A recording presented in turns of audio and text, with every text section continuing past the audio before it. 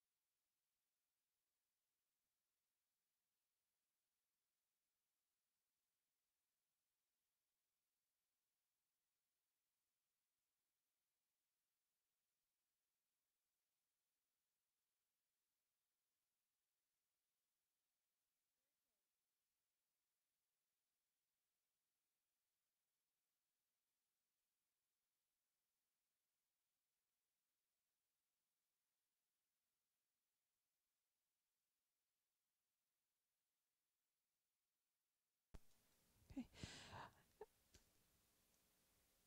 Good evening again. We're going to broadcast here shortly. I want to tell you that I apologize for informing you that we had the chat room available for you, and that feature just was forgotten to get enabled. But we'll make sure of that next time. However, if you do have questions, there is an alternative, and you can send those questions to asktherabbi@tzion.org. And that's just another way to communicate with us and bring your questions. All right. We will begin the broadcast here shortly. Thank you.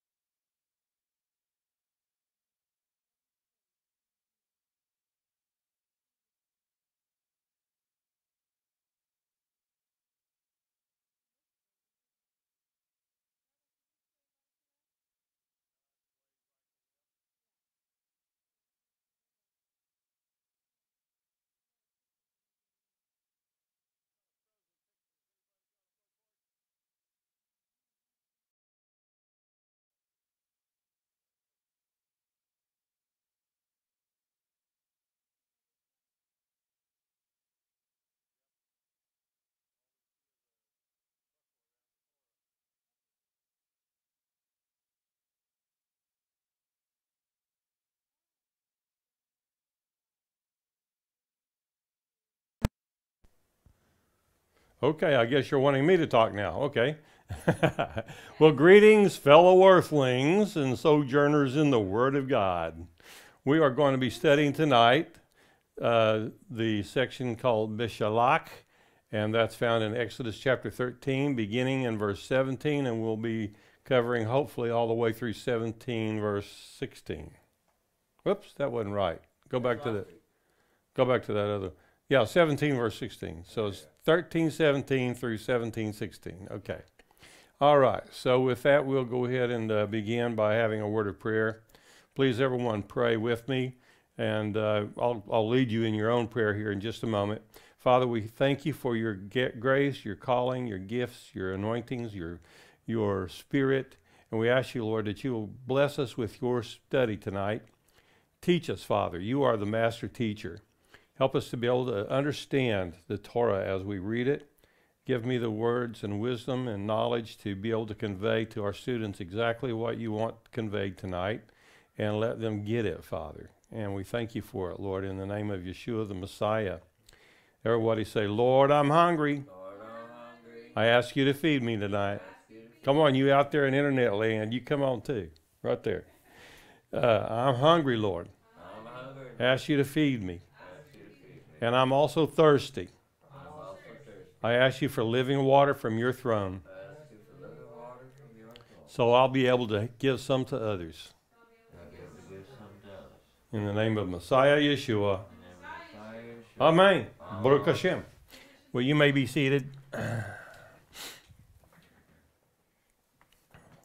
Tonight's Torah Parashat in verse 17 begins, Vayehi Beshalah Pharaoh et ha'am velo nacham Elohim derech eretz Philistine ki karov hu ki amar Elohim fen yinucham ha'am barotam milchama v'shavu mitzrayma. And that means, of course, here's the translation for you, and it came to pass in sending forth Pharaoh, the people that God did not lead them the way of the land of the Philistine, although it was closer.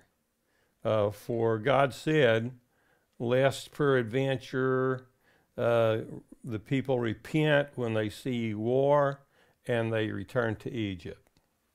Now, God's got a plan going here, and he knows our hearts. He knows that our spirit is willing, but the flesh is often weak. And that's what Messiah Yeshua told us in the Garden of Gethsemane after the Passover festival. He said, stay here and pray. And so he came back and checked on them in about an hour, and they were all asleep. And so he says, what, can she stay with me for 1 hour? And he went away and prayed again, and he came back and they were asleep. And so he says, truly the spirit's willing, but the flesh is weak. And so we have the same flesh to deal with today, don't we?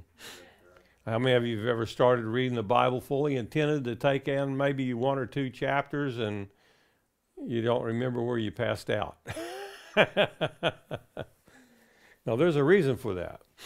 When you are praying or reading the scriptures, you are connecting with the rakia, which is the interface between heaven and earth. And it's hard for the flesh to stay there without falling asleep, because it's right on the edge of sleeping. So it's like the interface there is so much like the earthly interface, and yet there's so much peace there that you just want to take advantage of that peace and just zone out. Well, so God knows our hearts. He knows that we're willing, but he also knows our flesh is weak. And the closer we get to following God, the more our flesh wants to zone out and just get some rest. So they've just been through a lot of traumatic stuff going on with Pharaoh and Moses fighting over who's going to send them forth. And there were many miracles that God did. The people saw them. That means they were watching the interface as well. In verse 18, it continues, but the people were led by God through the way of the wilderness, Hamid Bar, Yam Suf, the Sea of Reeds, and harnessed. They went up harnessed, or in other words, armed with weapons. They went up, the children of Israel, out of the land of Egypt. So they were armed and ready to go. Now, I'd like to get a Bible Atlas map here. I should have one somewhere on my desktop if it didn't get all lost when we were changing things around here. And there should be a folder called Maps. And guess what? I don't see it. And I'm not going to spend all night long looking for it.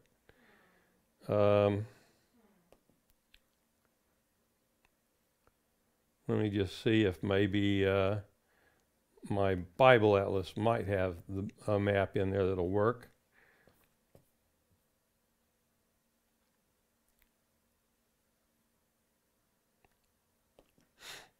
Maps, Bible maps, the Exodus from Egypt.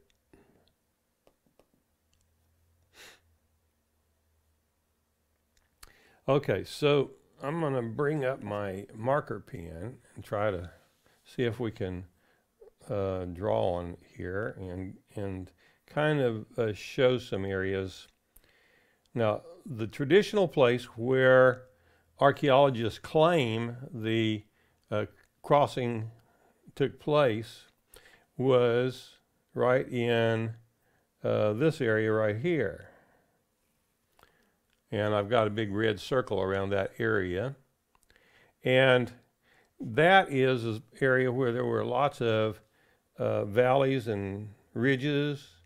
They all led down to the Red Sea. But if you got down in one of these gullies and started going the wrong direction, you may never find your way out of there. But we have, let me just bring this, get this going here where I can pull the map up where I want it to be. Now, traditionally, a lot of people argue that this area up here is where the Reed Sea was, way up at the north end of the Nile Delta and in that area. But the problem is there are no reeds there. They claim that there used to be reeds there. Okay, we'll give them that much credit. They can really know how to kind of slick things around for us, so we don't really know anything. Okay, but I'm going to get my pen out so I can draw a little better. This area right in here has a lot of reeds in it. That's a area where they may have been counted as having crossed at the Reed Sea in this area where this red circle is now. But in reality, the biblical record seems to be in this area where they crossed, over on the right-hand side of your map, where the red circle is now. And the way over there was fraught with many different types of canyons and things where they could easily get down in there and get mired down in the, almost like a maze. So they couldn't really tell which way to go, maybe. But I wanted to show you that up in this area, right in this area, let me get this back up again. Right in this area, that area was fraught with Philistines. Many Philistines lived in that area. The Philistines were seafaring people.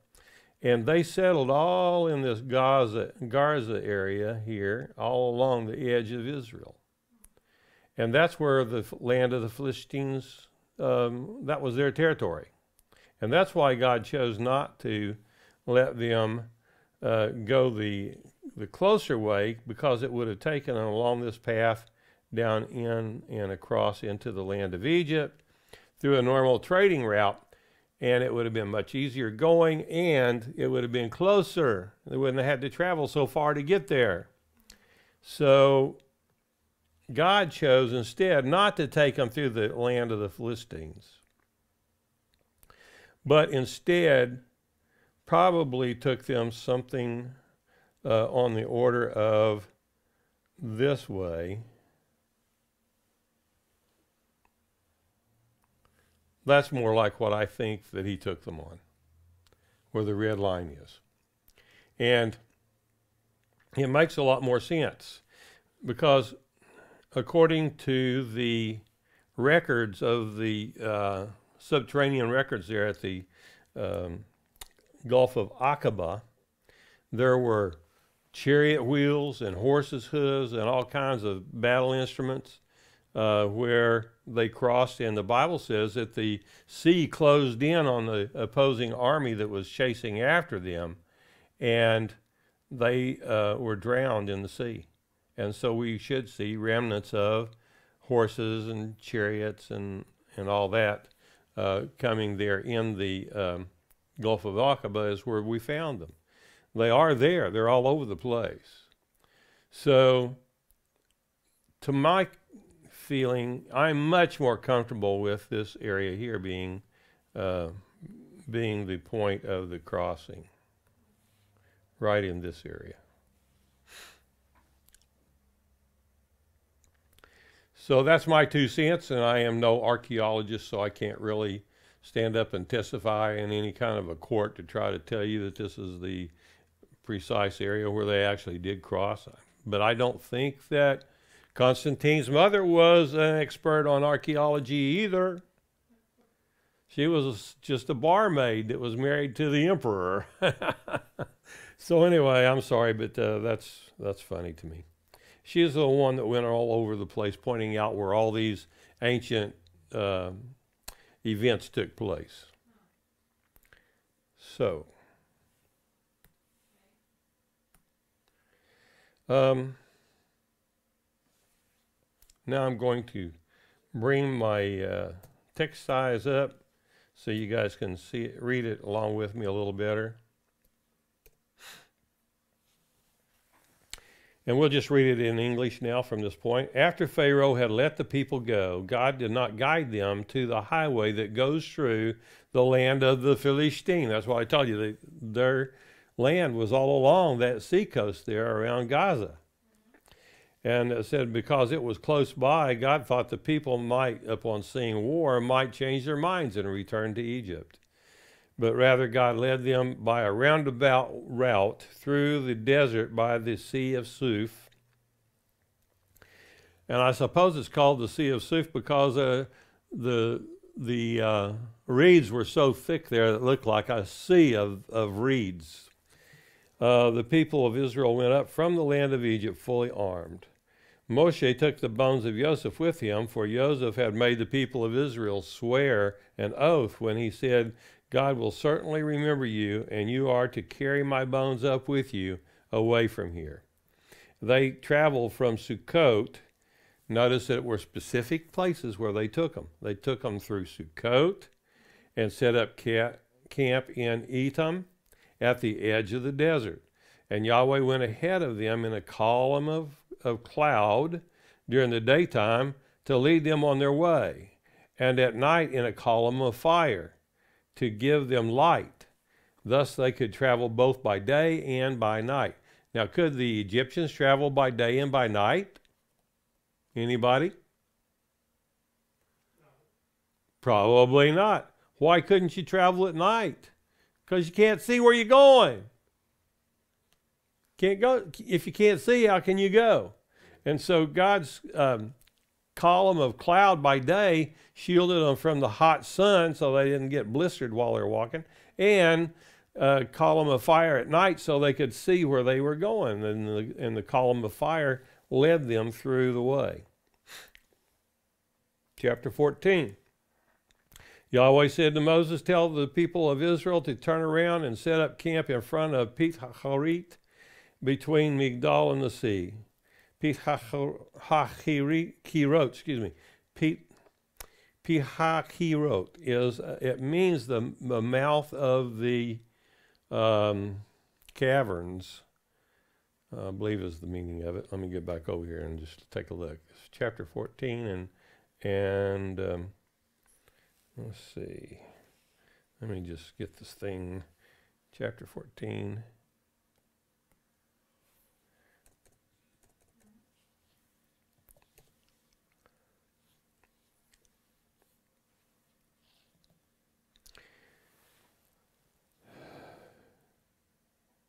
Okay. Pihahi wrote. And open up the dictionary here. We see chirot is the same as gorges. Okay? And let me get back over there and I'll show you again.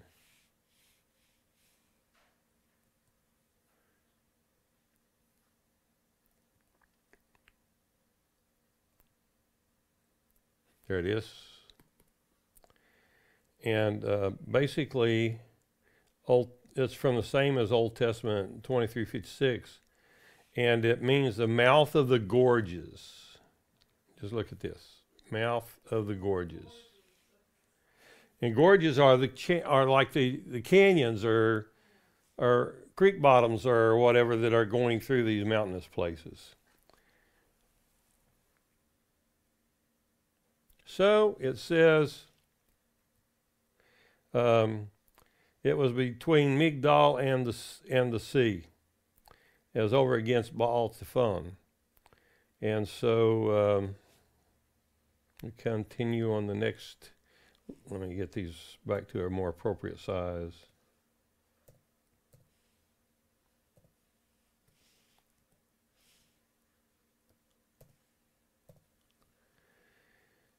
Down, down, down, down, down.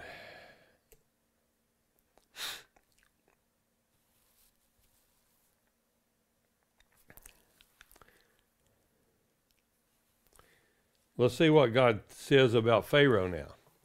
In verse 3 of chapter 14, Pharaoh will say of the children of Israel, Nevukim, entangled they are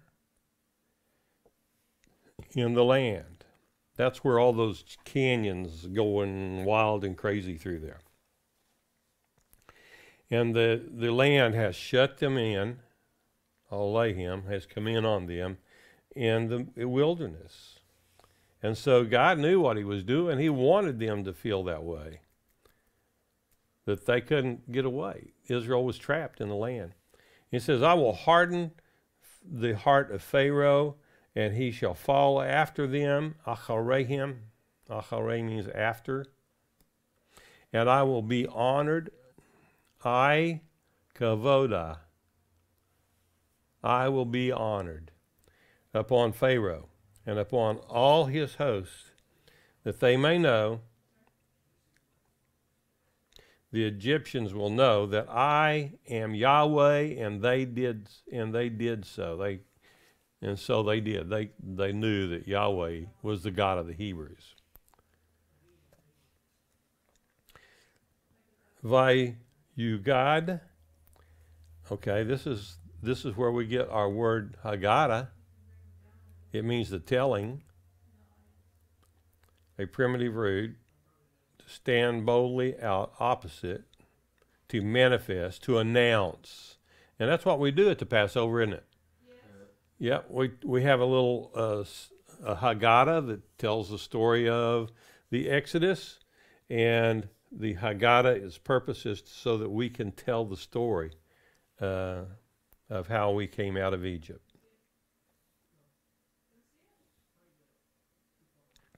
And it was Haggaded, you God, the king of Egypt, and that the people of Israel had fled and was turned, and the heart of Pharaoh and of his servants against the people.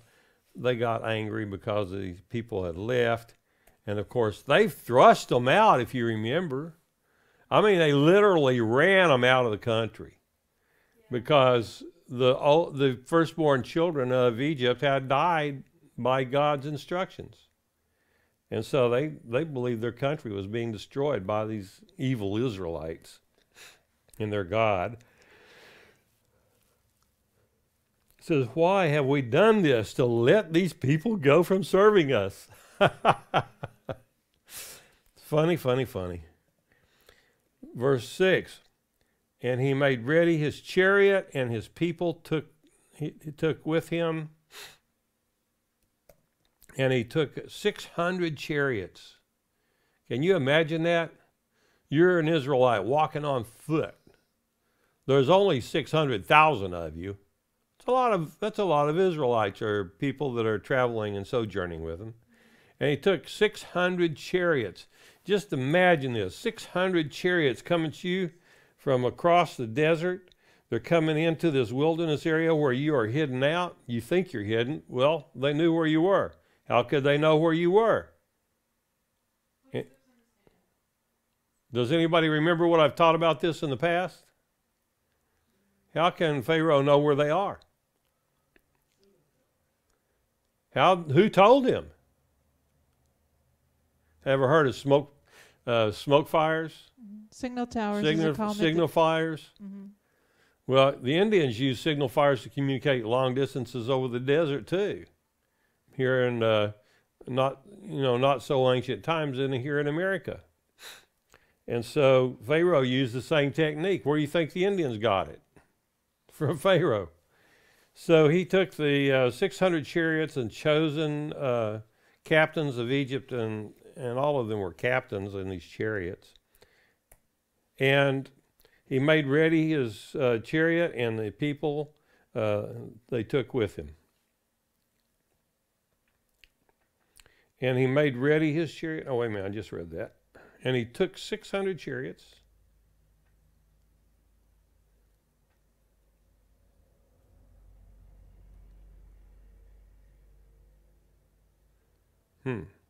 My navigator thing is not working as I expected.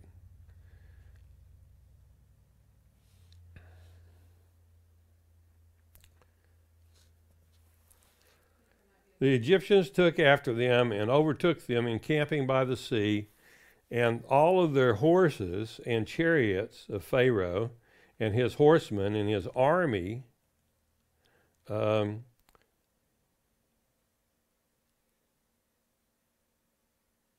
I'm finishing up verse 9 here. Beside Pharaoh, beside Pihahiroth, that's the mouth of the gorges, and before Baal-Zephon. And in verse 10 it says, and when Pharaoh drew near and lifted up the children of Israel their eyes, they looked up. What did I tell you about looking up in the Torah? Where are they looking? On the Spirit, the Rakia. Those who are spiritual look into the Rakia and they see things that other people may not see.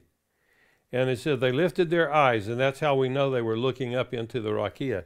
And behold, the Egyptians marched after them, and they were afraid, very afraid.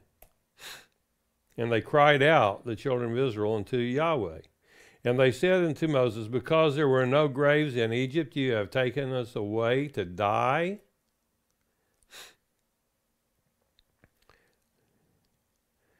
So you brought us out here to die in the wilderness. Wherefore have you dealt this way with us, and to carry us out of Egypt? Verse 12, and it's not this the word that we did tell you in Egypt, saying, Chadal, let us alone. Chadal mimenu, let us alone, that we may serve the Egyptians. For,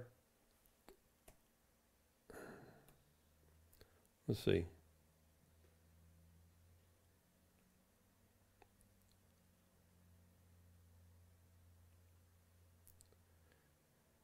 It is better to serve the Egyptians than we should die in the wilderness. I'm still having a little trouble with navigation on my computer. Let's see if I can reduce the text size a little and get a little better action out of it.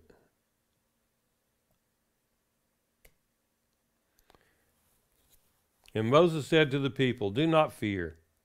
Fear not. Stand still and see Yeshuat, the salvation of Yahweh, which he will show to you today." Not tomorrow, today. "For whom you have seen from the Egyptians, today you will not see them anymore forever." That's a big promise, isn't it? "Yahweh shall fight for you, and you shall hold your peace." Now, the word peace here is not shalom. It's tacharishun. Tacharishun. Your peace. Charesh.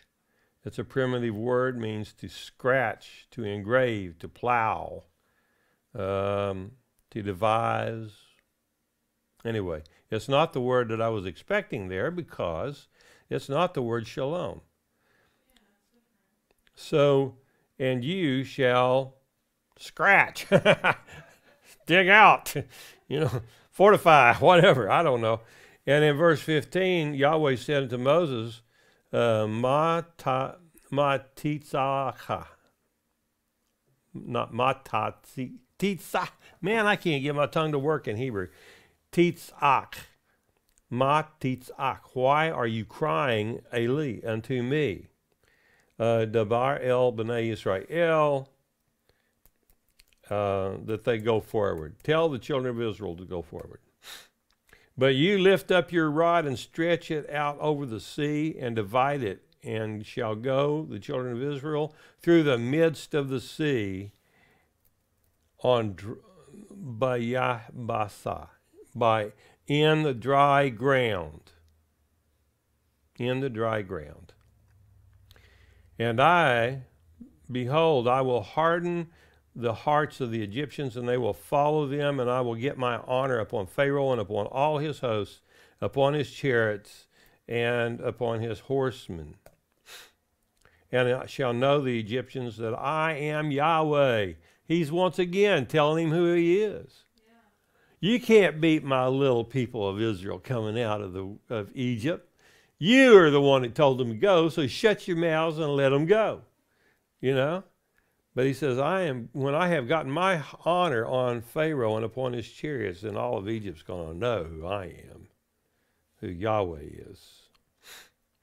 "And the angel of God, which went before the camp of Israel, went behind them, removed the pillar of the cloud from before their face, and stood after them." Acharehim. So the angel of the Lord's the one who moved the pillar of fire and the pillar of clouds. "And it came between the camp of the Egyptians and the camp of Israel." God says, "So you think you're going to attack Israel? Watch this." And he puts these big, bold clouds up there in front of them, a fire and pillar of clouds. And it was light to Israel, but it was darkness to the Egyptians. Remember when they had darkness in their land and it was so thick they could feel it? And they couldn't even move around in their houses. And they were just sitting still in their houses.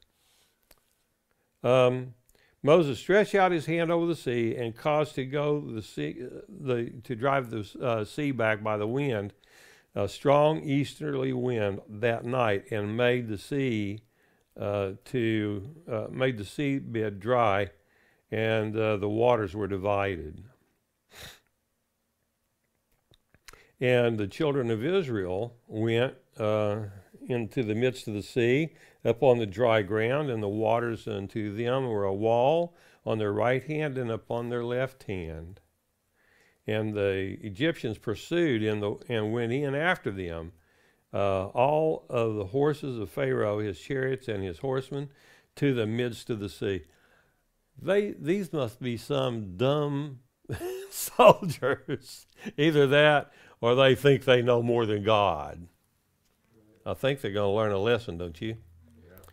And it came to pass in the morning watch that the Lord looked into the host of the Egyptians through the pillar of fire and the cloud and troubled the hosts of Egypt.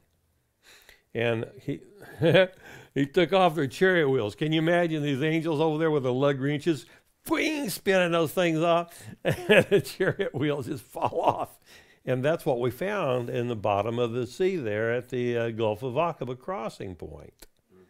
So that's why I'm so confident that that's where the crossing actually was. And so they took off the chariot wheels and they drove heavily, so the Egyptians said, let us flee from the face of Israel, for Yahweh fights for them. And that's what they say about us lately. Yahweh fights for us. And he does too. And Yahweh said unto Moses, stretch out thy hand over the sea, that the waters may come again upon the Egyptians and upon their chariots and upon their horsemen. And of course, that's what the evidence shows us in the bottom of the sea. And there's a land bridge there where they crossed over, apparently. Verse 27, and Moses stretched out his hand over the sea, and the sea returned when it appeared in the morning to its strength. The Egyptians fled against it, and Yahweh overthrew them in the midst of the sea. And the waters returned and covered the chariots and the horsemen and the hosts of Pharaoh, and that came after them into the sea, and did not remain one of them. Echad, one, not one remained. But the children of Israel walked on the dry ground in the midst of the sea, and the waters unto them were a wall on the right hand and on the left hand. Can you see how that, to me, that looks like the Rakia? I mean, the interface between heaven and earth. Verse 30. Vayosha, and he saved, Yahweh saved by day, and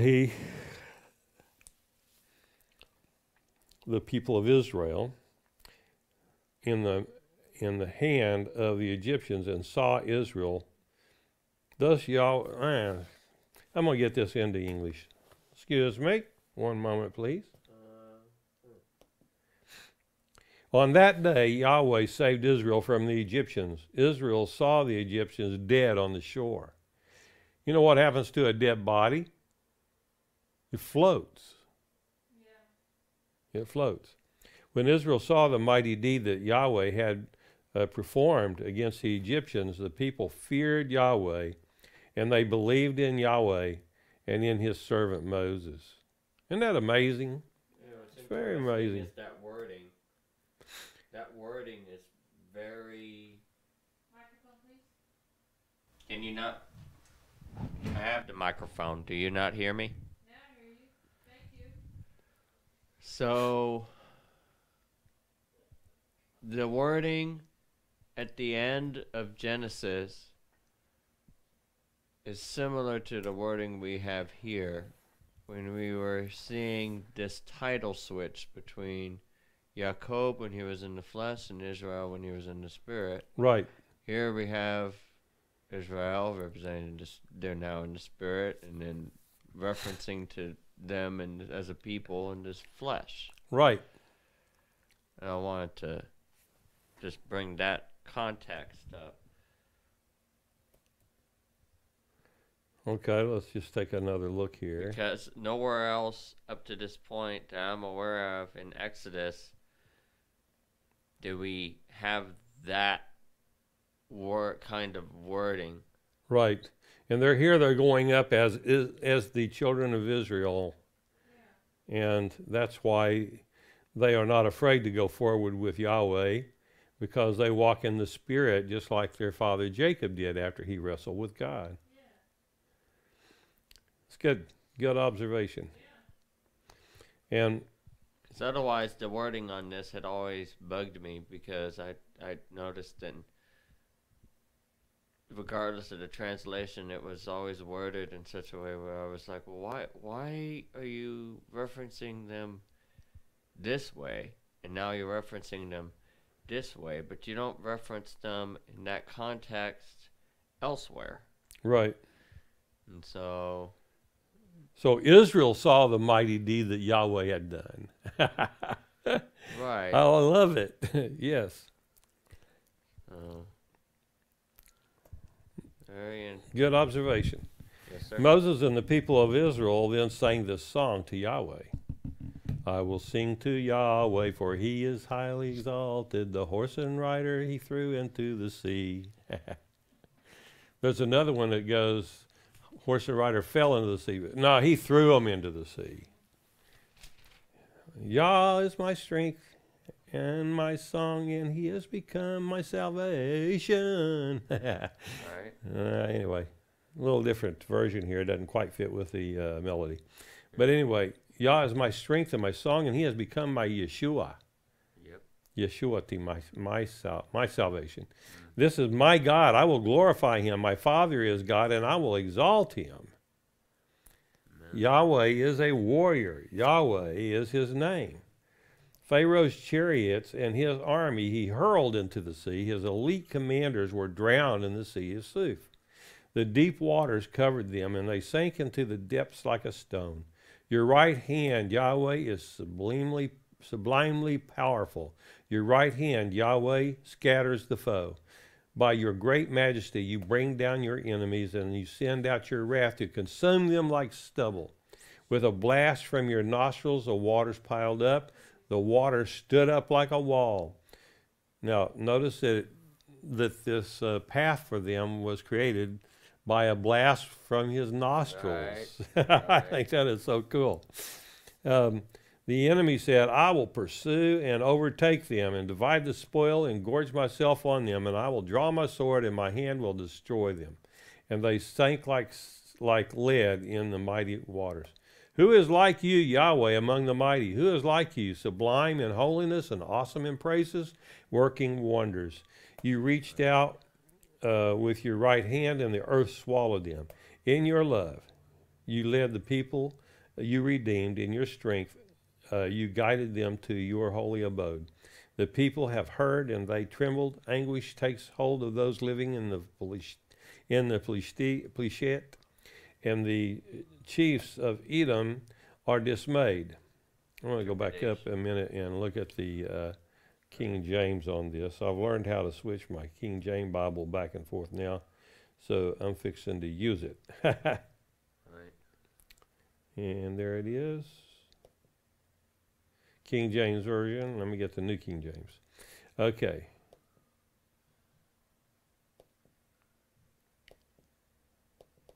Yeah, it's not going to change. You did blow with your wind, and the sea covered them, and they sank as lead in the mighty waters. Who is like you, Yahweh, among the gods? Who is like you, glorious in holiness, fearful in praise, and doing wonders? You stretched out your right hand, the earth swallowed them. You in your mercy have set forth the people which you have redeemed. You have guided them in your strength into the holy habitation. The people shall hear and be afraid. Sorrow shall take hold on the inhabitants of Palestina. That's the Philistine territories. Then the dukes of Edom shall be amazed, and the mighty men of Moab, trembling, shall take hold upon them. All the inhabitants of Canaan shall melt away. Fear and dread shall fall upon them by the greatness of your arm. They shall be as steel as stone till thy people pass over. O Yahweh, till your people pass over, which you have purchased. You shall bring them in and plant them in the mountain of your inheritance, in the place, O Yahweh, which you have made for you to dwell in, the sanctuary, O Lord, which your hands have established. Yahweh shall reign forever and ever. For the horse of the Pharaoh went in with his chariots and with his horsemen into the sea, And Yahweh brought again the waters of the sea upon them, but the children of Israel went on dry land. It's amazing, isn't it?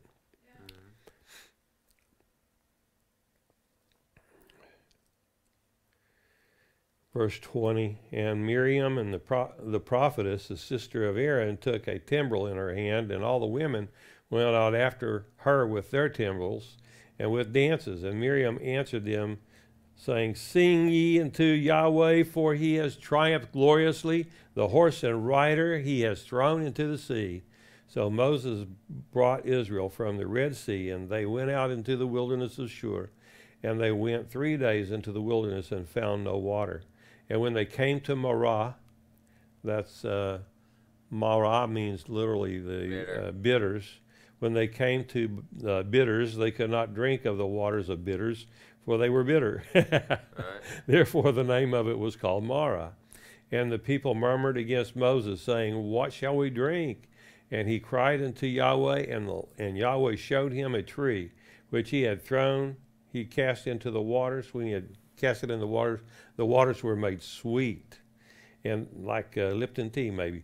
And there he made them for a statute, an ordinance. And there he proved them, and said, if you will diligently hearken to the voice of Yahweh your God, and will do that which is right in his eyes, and will give ear to his commandments, and keep all of his statutes, I will put none of these diseases upon you, which I have brought upon the Egyptians, for I am Yahweh that heals you. And they came to Elim, where there were 12 wells of water, and 70 palms, 70 palm trees. And that represents the 70 nations that were around Israel. And they encamped there by the waters. Isn't it interesting? It only also took them 3 days to become bitter. Yeah. Yeah. And they took their journey from Elim, and all of the congregation and children of Israel came into the wilderness of Sin, which is between Elim and Sinai, on the 15th day of the 2nd month after their departure out of the land of Egypt. So this is 2 months and 15 days, 2.5 months that they were journeying when all this took place. And the whole congregation of the children of Israel murmured against Moses and Aaron in the wilderness. And the children of Israel said unto them, would to God we had died in the hand of the Lord in the land of Egypt, when we sat by the flesh pots. You know what their mind was on, Shane? They're thinking on those nice roasts and things they were eating in those restaurants by the Nile. Maybe even pig meat, I don't know. Hope not, but anyway. And when we did eat the bread to full, and you have brought us forth into this wilderness to kill this whole assembly with hunger. Then said Yahweh to Moses, behold, I will rain bread from heaven on you, and the people will go out and gather in a certain rate every day, that I may prove them, whether they will walk in my way or not. It shall come to pass that on the 6th day they shall prepare that which they bring in, and it shall be twice as much as they gather daily. I want to see if I can get my version back to the complete Jewish Bible again. There it is.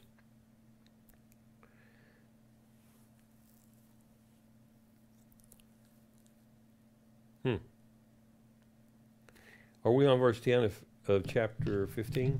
No, last I checked, we were on verse 4 of chapter 16. Adonai said to Moshe, here I will cause bread to rain down from heaven for you. There we are. I wasn't on the handheld. Oh, is that 14 or 15? No, we're on chapter 16 of Exodus right now, verse 4.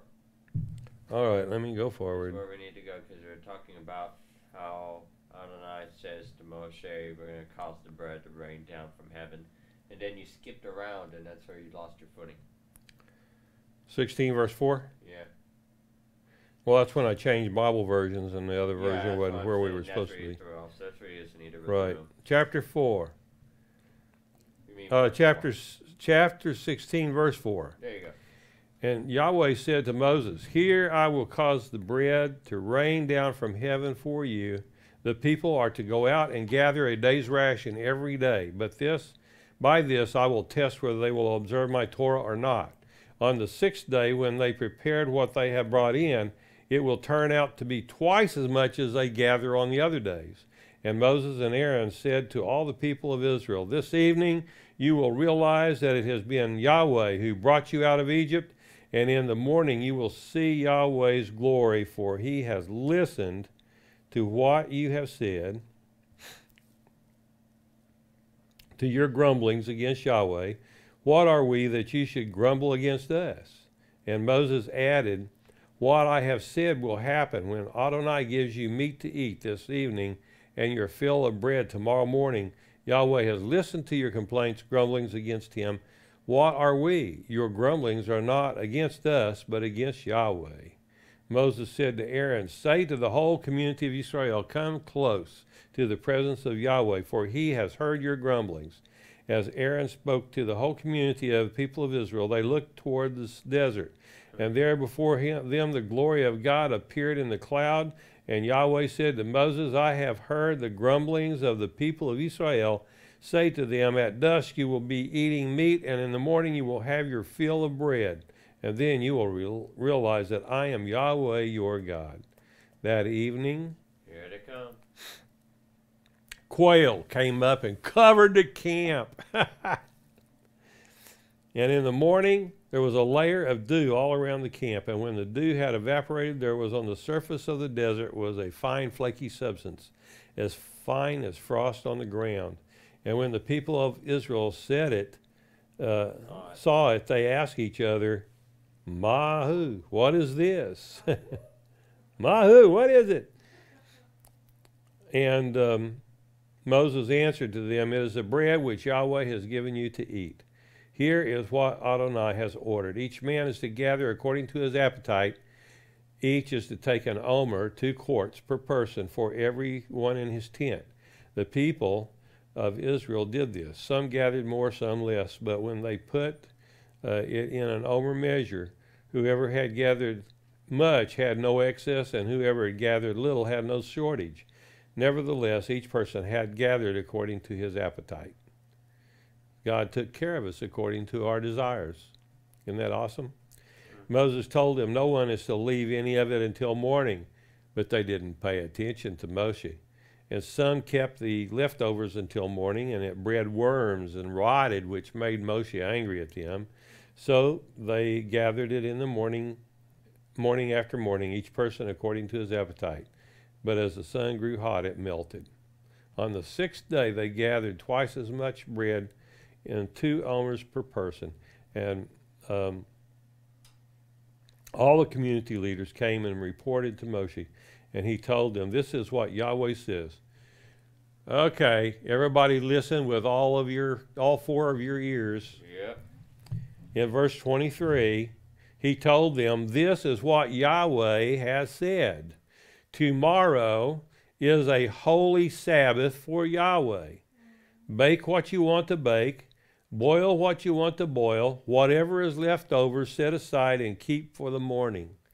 They set it aside until morning, as Moses had ordered, and it didn't rot or have worms. Moses said, today eat that, because today is a Shabbat for Yahweh.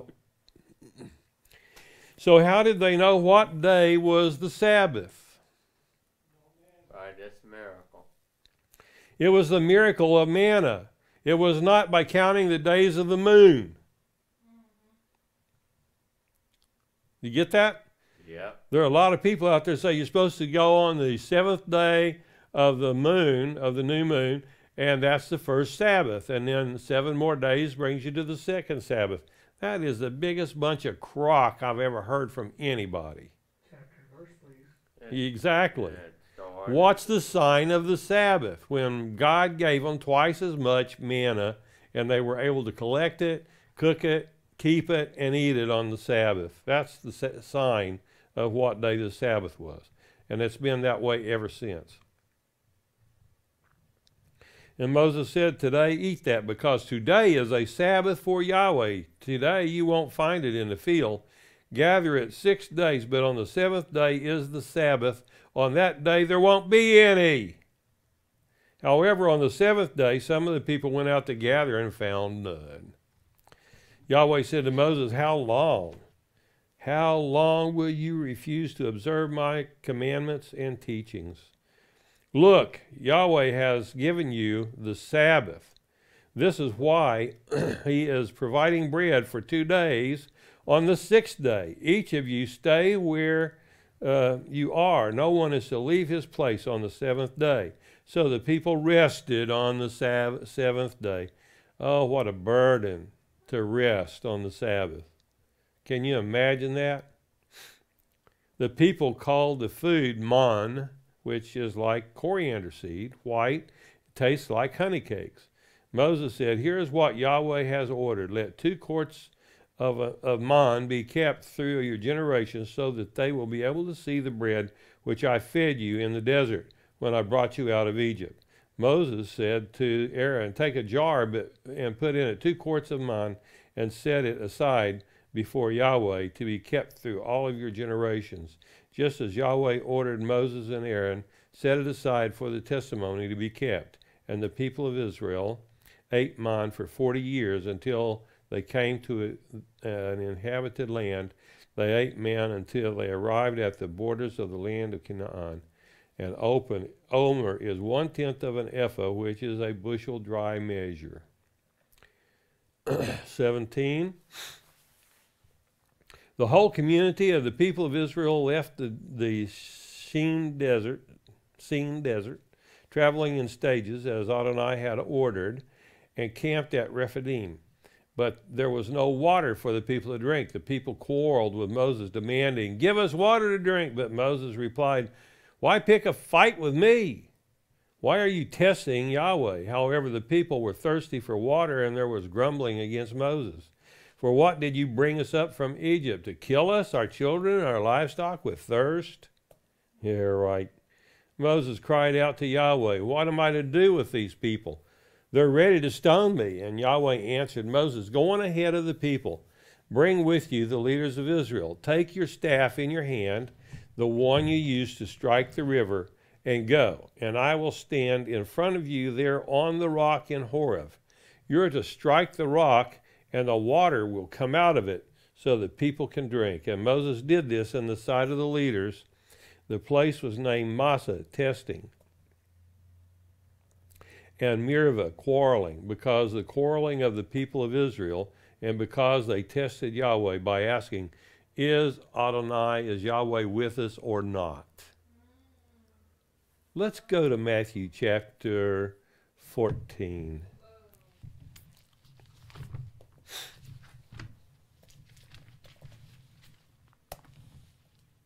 Oh, chapter 4. Chapter 4. Then the Spirit led Yeshua up to the wilderness to be tempted by the adversary. After Yeshua had fasted 40 days and nights, he was hungry. The tempter came and said to him, if you are the Son of God, order these stones to become bread. But he answered, the Tanakh says, man does not live on bread alone, but on every word that comes out from the mouth of Yahweh. Amen. Then the adversary took him to the holy city, set him on the highest point of the temple. If you are the Son of God, he said, jump, for the Tanakh says he will order his angels to be responsible for you. They will support you with their hands so that you will not hurt your feet on the stones. Yeshua replied to him, but it also says, do not put Yahweh the God to the test. Once more the adversary took him up to the summit of a very high mountain, showed him all the kingdoms of the world and all their glory, and said to him, all of this I will give you if you will bow down and worship me. Take away with you, Satan, Yeshua told him, for the Tanakh says, worship Yahweh, your God, and serve only him. Then the adversary let him alone. Now, doesn't this sound just like what they were doing at Massah? Yeah. And they were quarreling and bickering and fighting. And they were challenging Moses to see if God was really with them or not. Yeah. And here it is again. And Yeshua explains it so clearly here. why that was not acceptable. Well, I thought that was pretty interesting myself. Yes, sir. So it was at Massa where this test took place. When I first saw this next word here, I thought it was saying Amtrak. Then Amalek came and fought with Israel at Rephidim. Moses said to Joshua, So choose. what does that word Amalek mean? Well, let's just go over here to the interlinear again, Thank you. and we will figure out what Amalek means.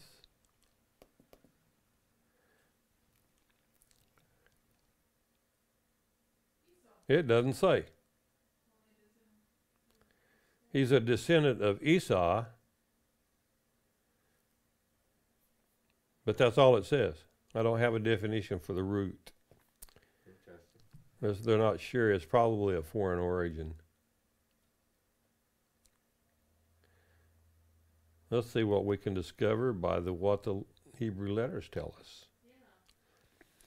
Okay. First letter, Ayin. What does that mean, Shane?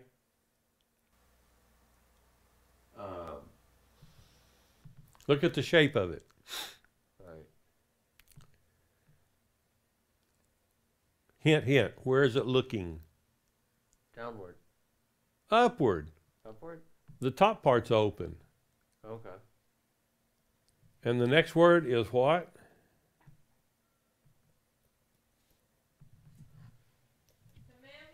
Mem.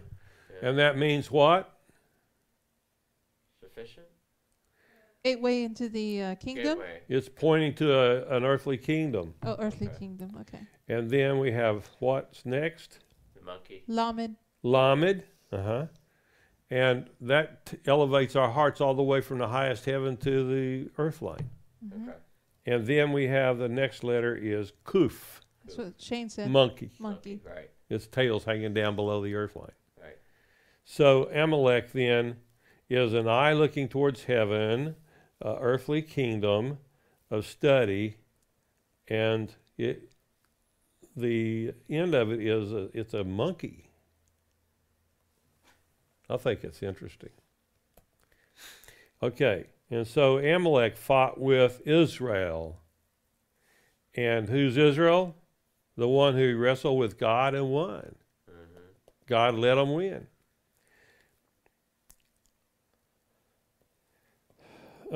Rephidim. When I first saw that, I said belt busters.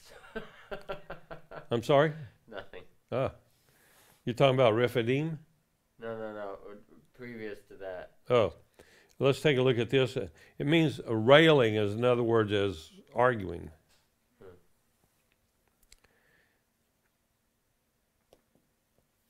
So we see then that Rephidim is arguing, and Israel, of course, is not going to get in an argument because it's spiritual, not physical. They're not the heel catcher; they're the God catcher. And so Amalek fought with Israel in Rephidim, and so these are the guys that are kind of like monkeys. They end up acting like monkeys. All right, so we go back to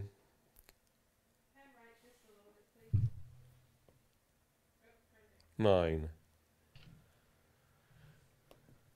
Okay, so verse 10, I guess, or verse 9. Exodus 17, verse 10.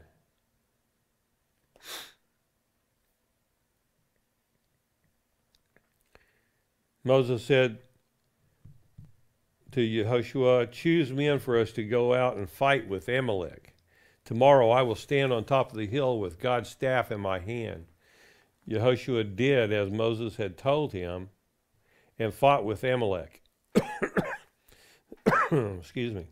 Then Moshe, Aaron, and Hur went up to the top of the hill.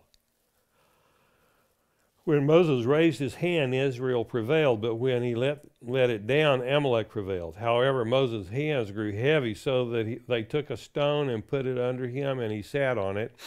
Aaron and Hur held up his hands,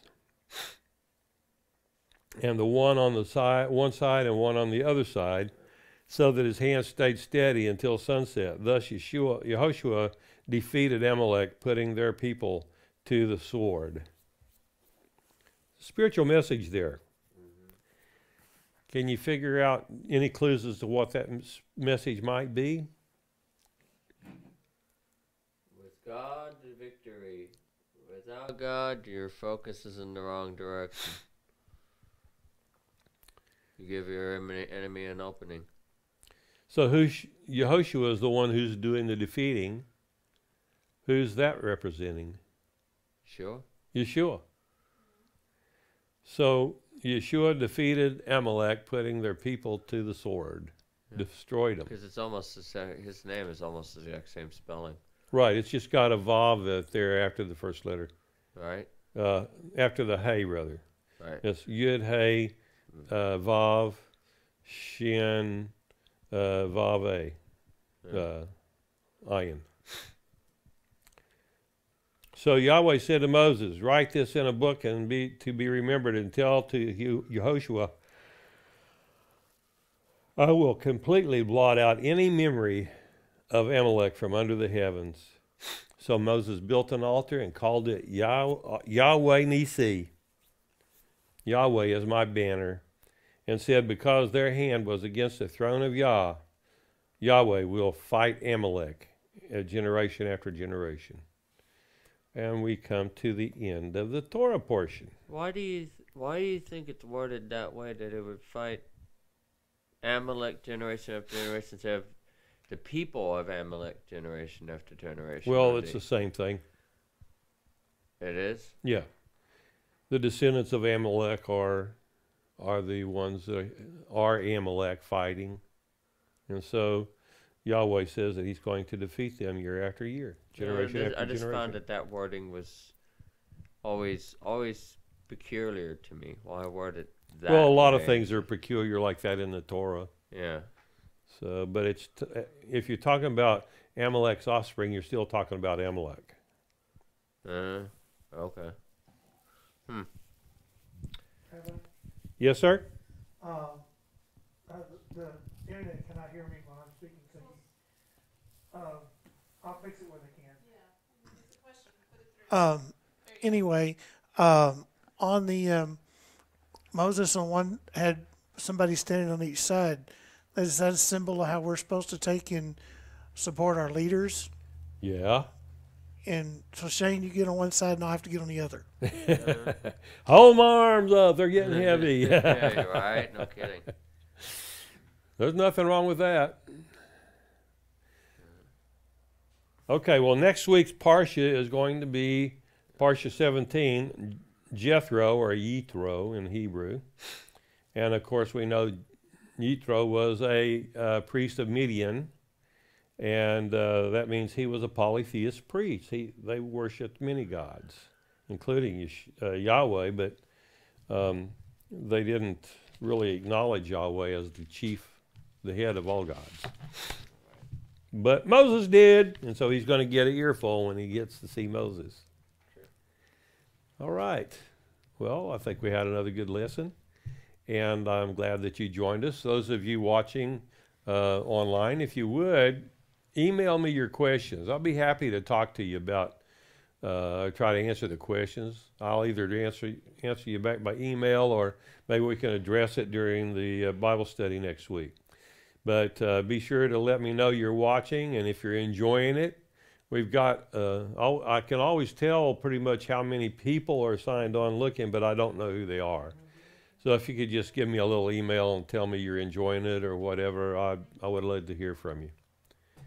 In the meantime, I wish that God will be with you and enlighten you and prosper you and bless you in your way, and that you'll be able to share blessings with those who are feeding you spiritually. So we call this good enough for tonight then, and tonight's Torah Parsha was presented to you by the Holy Torah. God bless you all, and I hope to see you here again next week and or on Shabbat. Amen.